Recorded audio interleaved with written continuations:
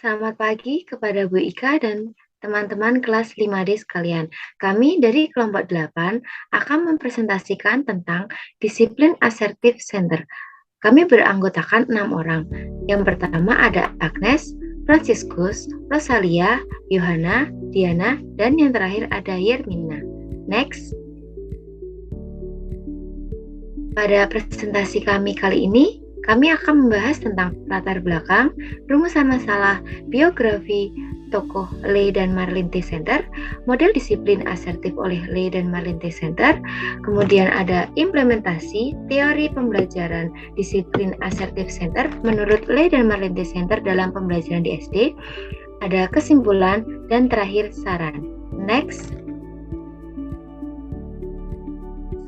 Oke, di sini saya akan menjelaskan terkait latar belakang pengambilan makalah ini.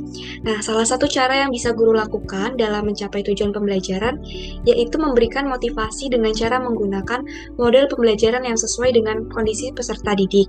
Salah satu model pembelajaran yang terkenal dari Leigh dan Marlin Center ini adalah model pembelajaran disiplin assertive center, di mana model asertif ini menekankan pada kemauan, kebutuhan, dan juga kebaikan dari guru. Nah, tujuan dari diadakannya model pembelajaran assertive center ini adalah membentuk kedisiplinan peserta didik agar lingkungan belajar menjadi lebih optimal. Nah, selanjutnya ada rumusan masalah dari makalah ini. Yang pertama, siapakah tokoh Leigh dan Marlin Center? Yang kedua, bagaimana teori pendekatan belajar disiplin yang dikemukakan oleh Leigh dan Marlin Center? Yang ketiga, apa manfaat dari model pembelajaran disiplin assertive center? Dan yang keempat, bagaimana implementasi teori belajar disiplin menurut Leigh dan Marlin Center? Next.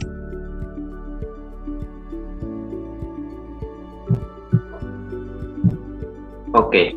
Leigh and Marlin Center awal mulanya itu bertemu di universitas yang sama, yaitu University California State pada tahun 1968.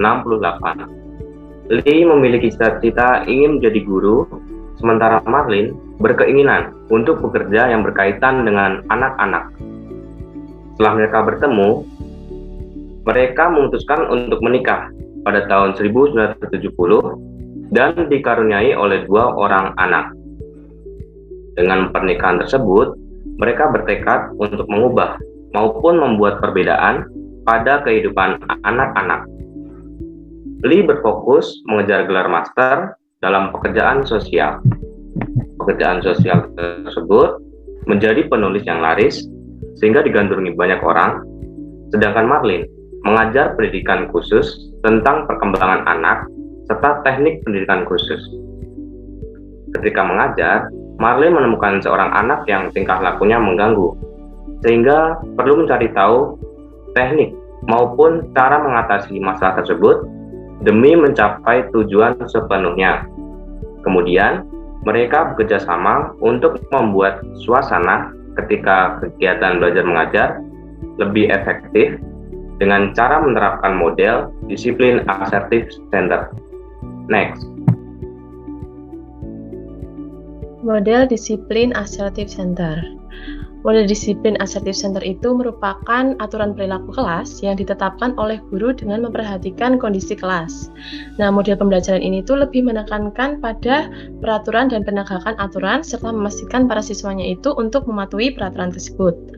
Tujuan dari model ini yaitu untuk membangun sistem disiplin positif yang memperkuat dan mengelola kewenangan guru untuk mengajar dan memastikan lingkungan belajar itu menjadi optimal. Next. Manfaat dari model pembelajaran disiplin assertive center itu ada 4. Yang pertama itu memungkinkan guru untuk menggunakan waktu kelas dengan lebih produktif. Yang kedua, mencegah masalah disiplin, yaitu dengan siswa yang mengikuti peraturan dan memiliki pemahaman yang jelas terkait konsekuensi dan menjaga serta melanggar aturan tersebut. Yang ketiga yaitu dapat memberikan kontrol yang mendukung. Dan yang terakhir, menekankan motivasi, kebutuhan, dan kebaikan guru. Guru mengingatkan siswa untuk lebih tegas terhadap peraturan dan menunjukkan kepada mereka apa yang seharusnya dilakukan. Next. Selanjutnya, implementasi model disiplin asertif menurut Leigh dan Marlin Center dalam pembelajaran matematika di SD.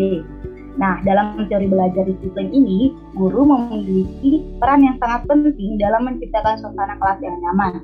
Nah, Lee dan Marlin Center ini pada pembelajaran matematika di SD memberikan saran bahwa diperlukan implementasi teori belajar asertif, yaitu yang pertama adalah sikap tegas. Contohnya seperti dengan tersenyum, guru kemudian mengajak anak untuk belajar. Misalnya, ayo anak-anak, hari ini kita akan belajar bangun datar. Mari kita bekerja sama untuk belajar ya. Selanjutnya yang kedua adalah peduli akan setiap perubahan yang sudah dicapai siswa. Contohnya seperti, halo Rumi, hari ini kamu bisa menyebutkan jenis-jenis bangun datar. Terima kasih ya untuk pencapaian kamu. Ibu berharap kamu akan terus meningkatkan kemampuan kamu. Lalu yang ketiga adalah menghargai siswa. Nah, contohnya seperti Ibu melihat bahwa hari ini kamu kurang bersemangat dalam belajar. Nah, kalau diizinkan, kamu boleh menceritakan apa yang membuatmu kurang bersemangat untuk belajar. Dan selanjutnya yang keempat adalah menyampaikan perubahan yang ada dalam diri siswa. Contohnya seperti, halo Melvin, hari ini kamu belum mengerjakan tugas rumahmu. Ayo berjanji dengan ibu untuk mengerjakan tugas ke depannya ya. Ibu sangat berharap kamu tetap rajin belajar dan mengerjakan tugas ya. Selanjutnya akan dijelaskan oleh Agnes. Yang kelima adalah mendengarkan siswa. Sebagai contoh, Samuel, tadi ibu mendengar kamu menyampaikan pendapat mengenai materi bangun datar ya. Coba silahkan, ibu ingin mendengarkan jawaban kamu. Lalu yang keenam, menyampaikan lagi perubahan yang sudah dicapai siswa dengan contoh, Malvin, terima kasih ya sudah mengerjakan tugas, tetapi tetap dipertahankan ya, dan ibu akan bangga sama kamu. Dan yang terakhir, siswa dihadapkan pada pilihan. Sebagai contoh, Neta, ibu melihat sepatu kamu berwarna putih. Apakah kamu bisa memberikan alasan yang tepat mengapa kamu menggunakan sepatu warna putih? Peraturan di sekolah kita kan harusnya menggunakan sepatu hitam. Next. Selanjutnya adalah sesi tanya jawab yang nantinya akan dijawab oleh kelompok kami. Next.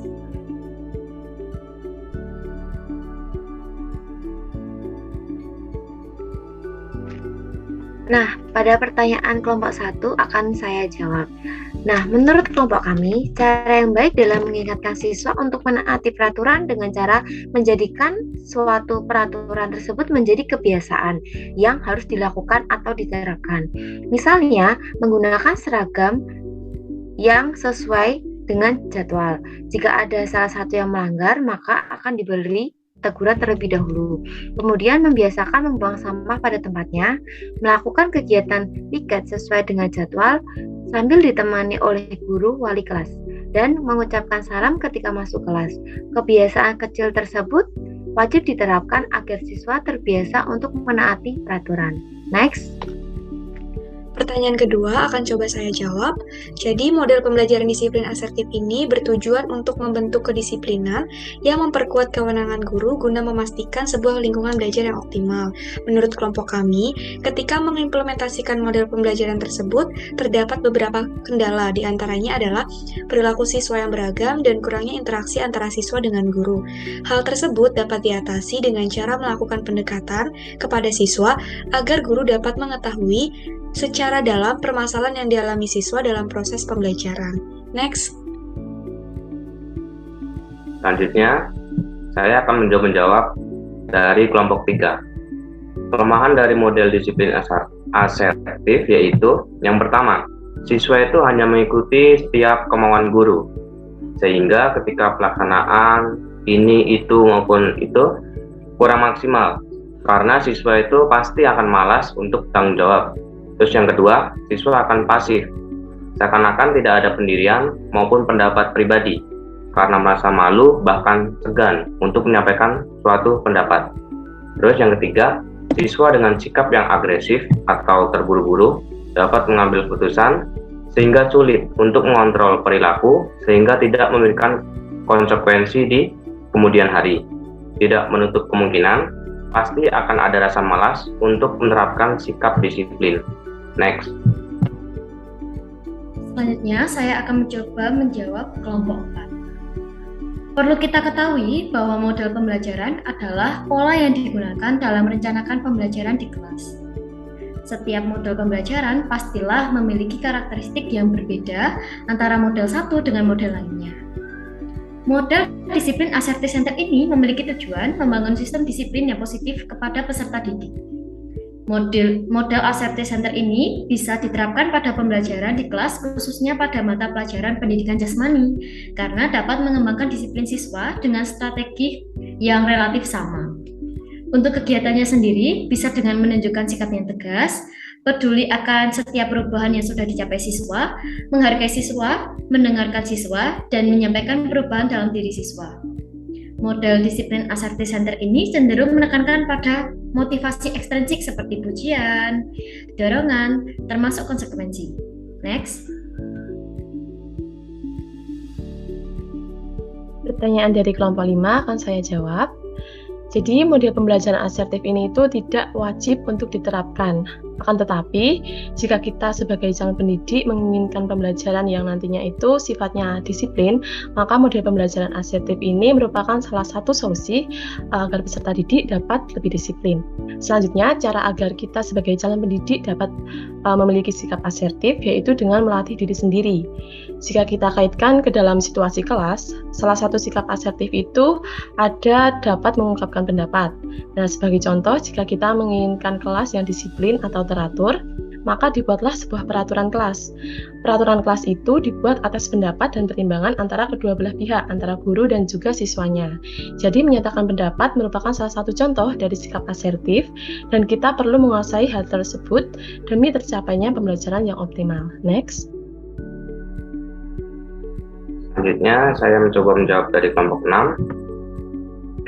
Sebenarnya, tingkatan konsekuensi negatif itu bisa diukur dari kadar gangguan yang diperbuat oleh siswa tersebut. Saya ambil contoh, ketika kita seorang guru sedang memaparkan materi, tiba-tiba murid itu gaduh atau bikin heboh sendiri dari sekian banyak teman-temannya. Otomatis, hal itu akan mengganggu suasana kelas. Oleh sebab itu, kita sebagai guru harus menindaklanjuti dengan cara yang pertama yaitu memberi teguran agar kiranya siswa itu bisa lebih fokus untuk menyimak suatu pembelajaran yang sedang berlangsung. Terus, jika anak tersebut masih melakukan kesalahan yang sama atau mungkin lebih fatal, kita sebagai guru bisa menggunakan asertif atau kewenangan kita. Bisa dengan cara mencatat nama di dalam buku catatan maupun penilaian sikap siswa, kemudian melaporkan ke kepala sekolah maupun orang tua murid supaya orang tua juga bisa ikut terlibat membantu dalam pembinaan di dalam rumah. Next.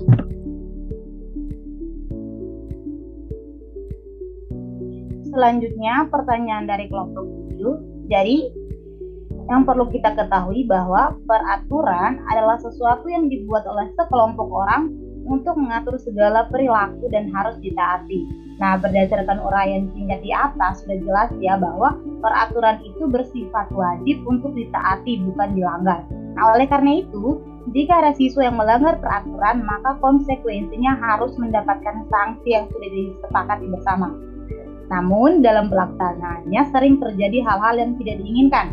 Contohnya seperti peraturan untuk menggunakan sepatu hitam ketika pergi ke sekolah. Nah, salah satu siswa terpaksa tidak menggunakan sepatu hitam karena sepatunya itu basah, terkena tumpahan air, atau misalnya kehujanan. Nah, melihat pada kasus ini, tentu adanya ketidaksengajaan dalam melanggar peraturan, sehingga adanya keringanan dan kesempatan bagi siswa untuk tidak mendapatkan sanksi. Nah, lalu jika kesalahan yang sama terulang lagi, maka otomatis tidak ada lagi keringanan karena siswa tersebut tidak belajar dari kesalahan.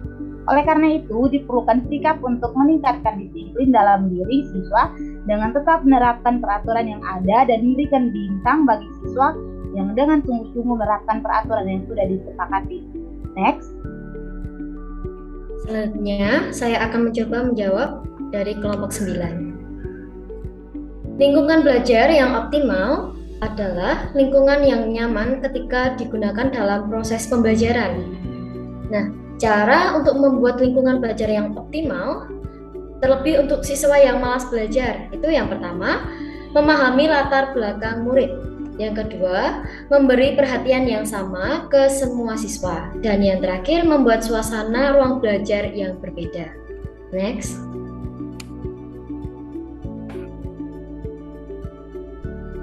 Baik, demikian presentasi dari kelompok kami. Kurang lebihnya kami mohon maaf. Kami mengucapkan terima kasih.